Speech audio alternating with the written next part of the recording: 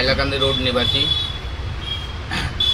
আমার মার নামে কালকে একটা মিউনিসিপ্যালিটি কর্পোরেশন থেকে একটা নোটিশ ইস্যু করা হয়েছে, যাতে কোয়া হয়েছে যে আমার এই দোকান গৃহটা 20-25 বছর পুরানা দোকানটা অবৈধ বলিয়া ঘোষণা করিয়া 21 দিনের ভিতরে ভাঙার নোটিশ দেওয়া হয়েছে। যেহেতু আমি একজন হ্যান্ডিক্যাপ মানুষ, এই দোকান চালাইয়েই আমি ভাত খাই, আমার ঘর প্রতিপালন করি, ঘরের সংসার নিয়ে চলি।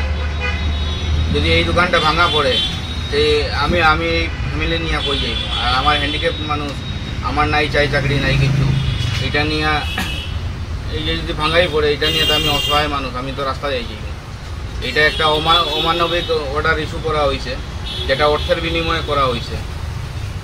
এটা শিলচর মিউনিসিপ্যালিটি কর্পোরেশন থেকে সম্পূর্ণ অবৈধভাবে আমার এই আদেশটা জারি করা হয়েছে।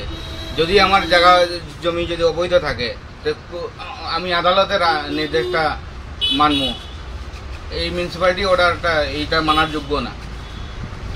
এইটার আমি তীব্র প্রতিবাদ এবং ধিক্কার জানাই। এইরকম নোটিশ যদি একজন হ্যান্ডিক্যাপ মানুষের হাতে ধরিয়া দেওয়া হয় বা এটা অসহায় পরিবারের উপরে ধরিয়া দেওয়া হয়, আর এটার অবৈধ ঘোষণা করার মিউনিসিপ্যালিটি কর্পোরেশন কে?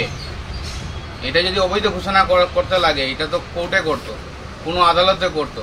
কোনো আদালতের নির্দেশ ছাড়া এটার অবৈধ কেমনে ঘোষণা করলো আর কেমনে এটারে এই আদেশটা আমার হাতে দিল? এই আদেশটার আমি তীব্র প্রতিবাদ এবং ধিক্কার জানাই। আর প্রয়োজনে এটা নিয়ে আমি আদালতের দ্বারস্থ হইতেও আমি কোনো পিছপা হইতাম না।